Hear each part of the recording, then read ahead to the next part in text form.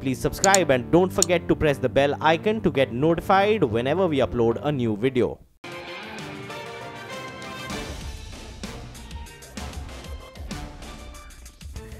A very good morning. Welcome to Chartbusters. Well, this is a show we'll highlight all the buzzing stocks of the day. We thought early this morning that we're going to be in for a bit of a rumble, but it seems the bulls, they are fighting back. The Nifty has recovered from the low point of the day. The rupee as well, looking more or less stable. Mangalam, good to see a bit of a fight back, and the Asian markets on the whole as well.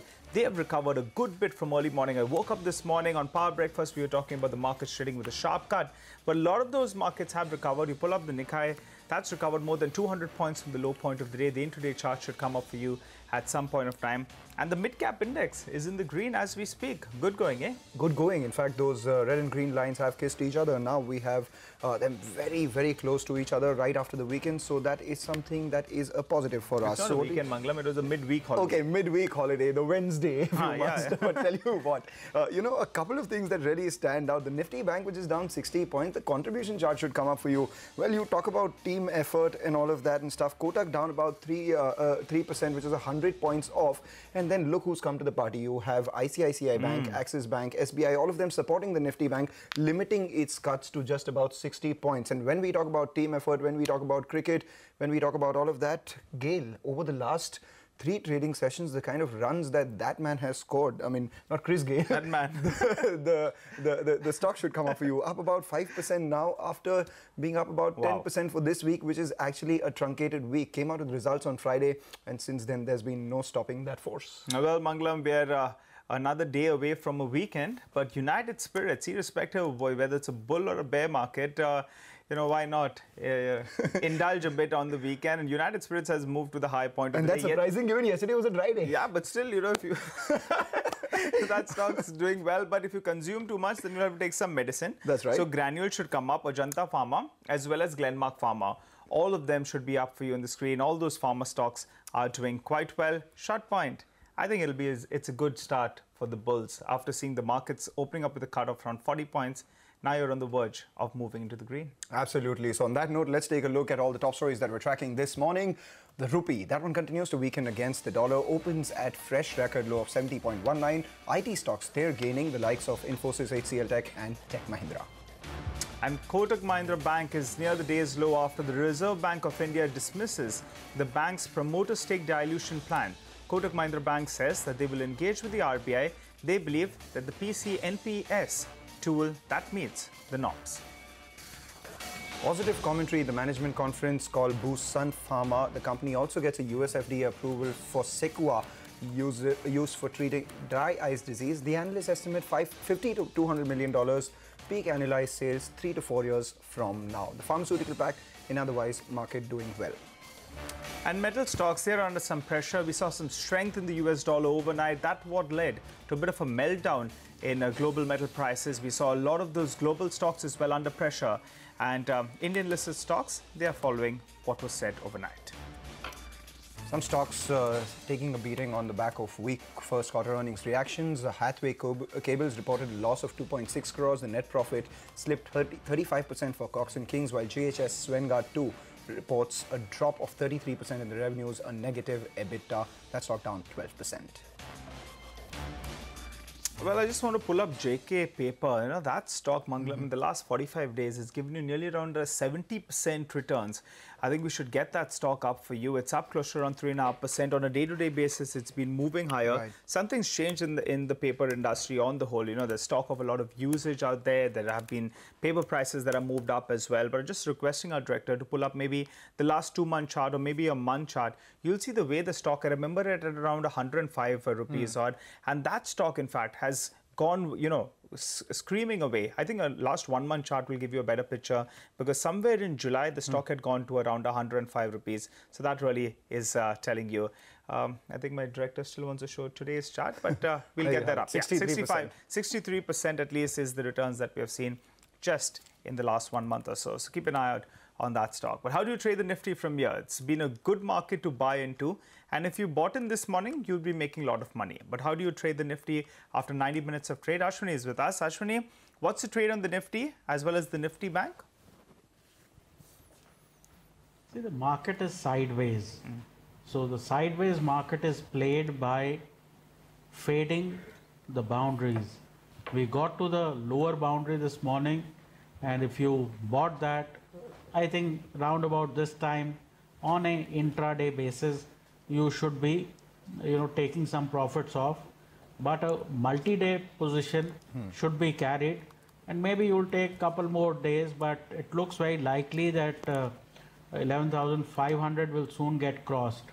So that way, all declines should be bought into the market, and particularly now with this, crude cooling off, I think the CAD problems are kind of becoming benign, and that way, the financials are showing a lot more strength. So that gives a bit of extra legs to the market.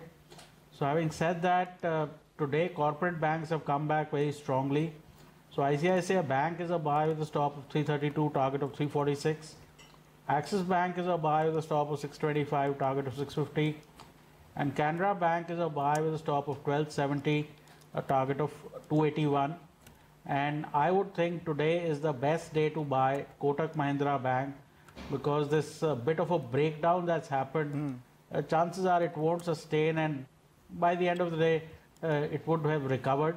So today is a day when long-term investors should buy Kotak Mahindra Bank.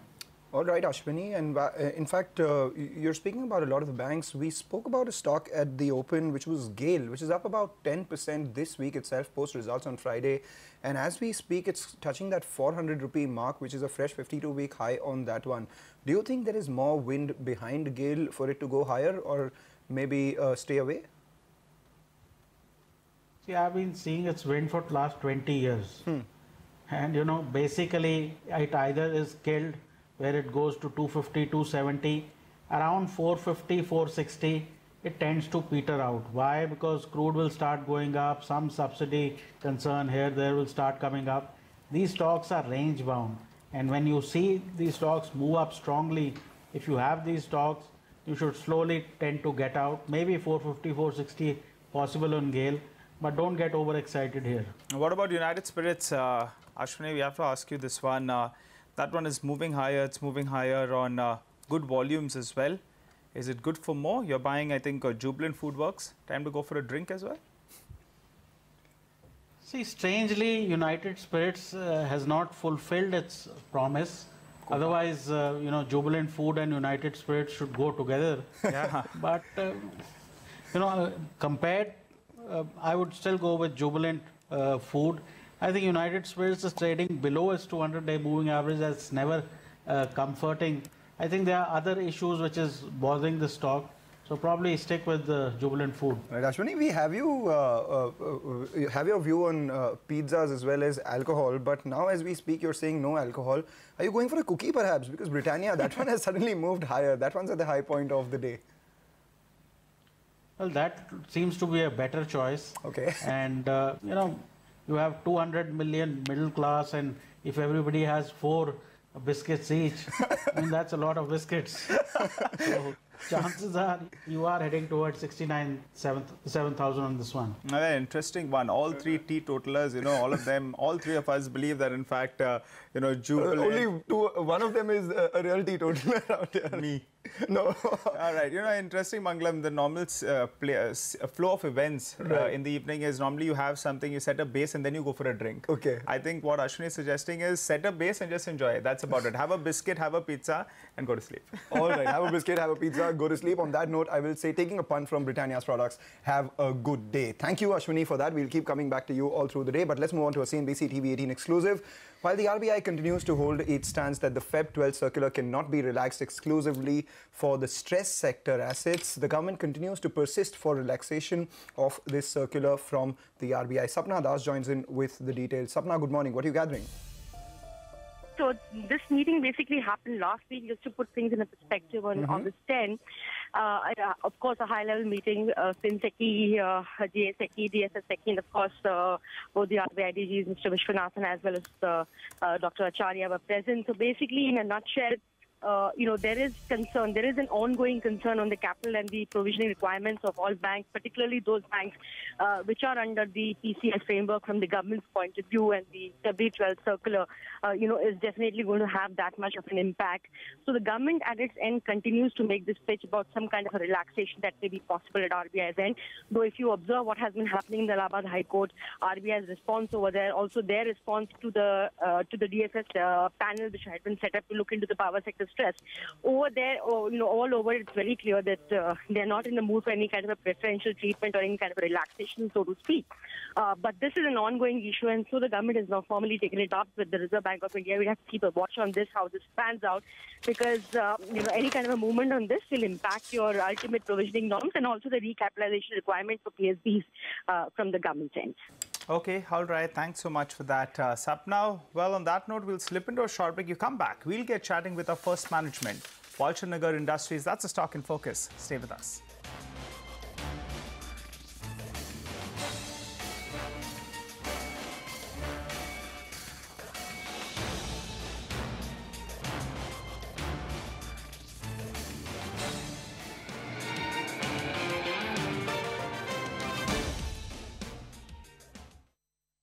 Welcome back. The stock on our radar is Walchand Nagar Industries. On the back of a mixed set of first quarter numbers, margins improved year on year, but the net profit was aided by higher other income. The stock sulking by about 1.5% as we speak. We have Mr. G.K. Pillai, the MD and CEO of the company, who joins us now on the show. Mr. Pillai, thank you so much for joining in. Quarter after quarter, we see continued weakness as far as the numbers are concerned. If you could tell us, over the last 5-6 years, perhaps since September 2013, the company has never made a profit on the bottom line. I'm just looking at historical data. Do you think things can really turn around? And if yes, by when? Well, good morning to you. You are very right. For the last 5 years, we have been going through a very tough time. But if you saw the last quarter results, not this quarter, the quarter Q4 of 17-18, after almost 5 years, the company had made a net profit on the PBT side.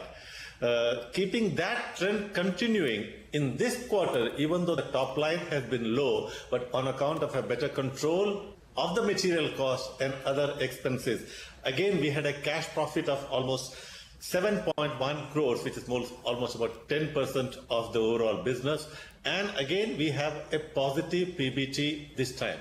So really, if you look at it, the last 2 quarters, that is the Q4 of last year and this Q1, the company has made positive profits.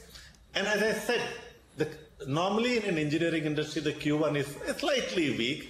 We hope the next 3 quarters will make it possible for us to end the year FY 18-19 on a positive streak after a gap of almost 5 years. Okay, all right. Mr. Pillai, we'll take that point then. You're saying that you're hoping that the next 3 quarters we'll see a turnaround, and hopefully then you'll deliver a profit after nearly 5 years. Great, we take that point. But explain to us, why is there a decline on the top line? Are you being more selective in terms of the work that you're taking on?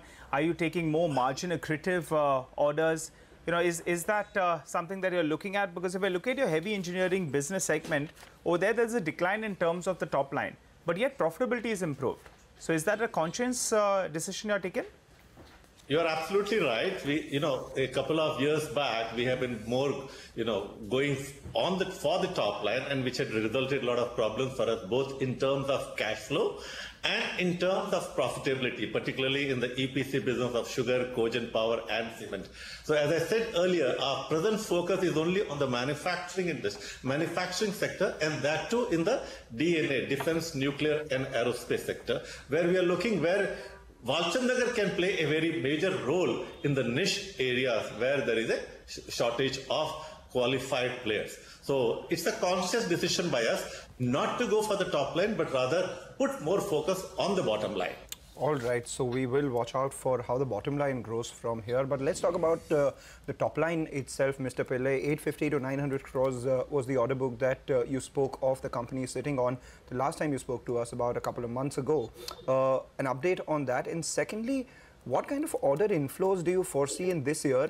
And most importantly, what will be the gestation period of those orders that you receive this year? Sure. See, as I said, this financial year we are planning to have almost about 500 crores of top line.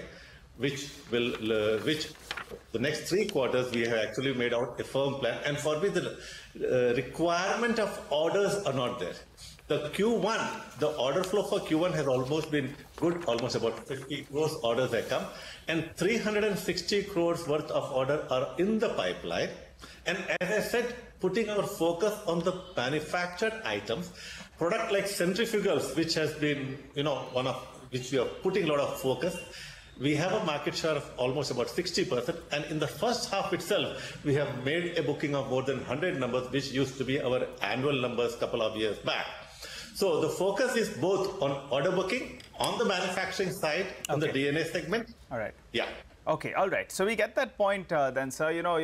If you're just going by the numbers, you're saying 500 crores for the year, you've done 160 crores. So for the next 3 quarters, you should at least do around, 140 to 150 crores on a quarterly basis. Operationally, great. You have explained to us your strategy. What about the finance cost? I'm looking at it, quarterly basis, it's around 20 crores. If I annualize that number, it'll be 70 to around 80 crores. What's the debt in the books? Do you have any plans of, bringing this down? At one point of time, there was talk of bringing in a strategic investor. Is that on the card still? Well, there are 2 points. One is with regard to the finance cost. Yes, we have been having a very heavy finance cost at the rate of 16.5%. Our rating was earlier down to D. We have actually come out and we are today BB. And I'm sure with the last quarter, that is not this Q1, the Q4 of last year and the Q1 of this year, since our performance has improved, we are already in your borrowing cost, you said, is 16.5%, because if you tell us, if we back calculate the number. No, it used to be 16.5%. Today we are at 14.5%. Okay. And what I'm saying is we are talking with the rating agencies, and from the present BB, we are hopeful with the continuous performance of profits for the last 2 quarters. I'm hopeful of getting an improved rating, which will definitely bring down the finance cost. Right. Thanks a lot, Mr. Pillai, for joining in and giving us all those details. Wish you good luck for the remainder of this year, specifically on the balance sheet end of things. Also, remember, the promoter's stake is about 98.5% pledge, so we will watch out for that as well. With that, we'll slip into a short break, come back, and we talk about JHS Vanguard. That stock is down 12% on the back of a weak set in the first quarter.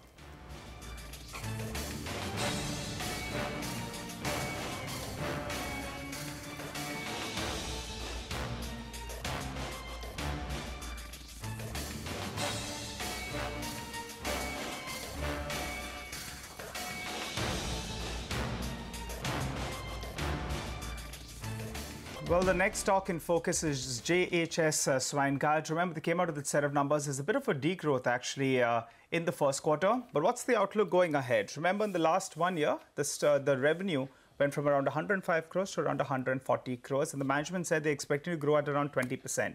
We have with us Mr. Nanda, who joins us on the phone line to fill us in with what's going on. Hi, Mr. Nanda. Thanks so much for joining in. Tell us, there's a degrowth of around 30% odd. For this year, what kind of a revenue growth do you have in mind? Or will we see any revenue growth at all? The quarter numbers are more of an aberration for the full year numbers. And we continue to see the growth coming in the full year. Maybe the initial numbers that we were expecting in terms of growth may not be there, but we'll still have some growth numbers in the current financial year. This quarter has been more of an aberration. So if you could tell us the outlook for FY19, what were you expecting earlier? Now, what have you cut those expectations down to because of this quarter?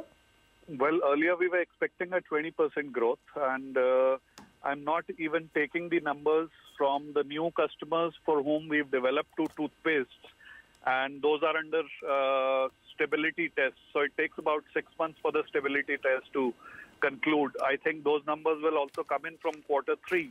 So we'll have some growth over the last year numbers. Quarter on quarters may be different. How much is some growth, Mr. Nanda? Well, it's going to be a double-digit growth, definitely. All right, we'll take your point on that one. But, Mr. Nanda, what exactly has gone wrong this quarter? How has Patanjali's order come down? You had earlier, you told us 60% of your revenues come from Patanjali as well as Dabur and Amway. If you could break up that institutional breakup for us and tell us what has happened. Yep. I would not be able to share the numbers of individual customers because of confidentiality, but I'm just asking you an indicative, has that come down? Yes, one of our customer sales orders or the orders for goods for the first quarter have been 0. And they contribute close to 35%, 35% of our revenue. So that's the major reason why the change in the first quarter numbers. But in the last 1.5 months, we see that the numbers have started coming in, although not to the earlier level yet. But we foresee them to reach the earlier levels very soon, probably by the third quarter. All right, Mr. Nanda, tell us about your own brand. How is that doing? What is the percentage in terms of total revenue? And what's the growth you're looking at there? Because that'll come on a small base, isn't it? Yes, that's on a very small base. We've got a new CEO who's joined in from SC Johnson. So he's revamping the whole distribution in order to accommodate the new category that we are targeting in the oral care segment, which is the kids category.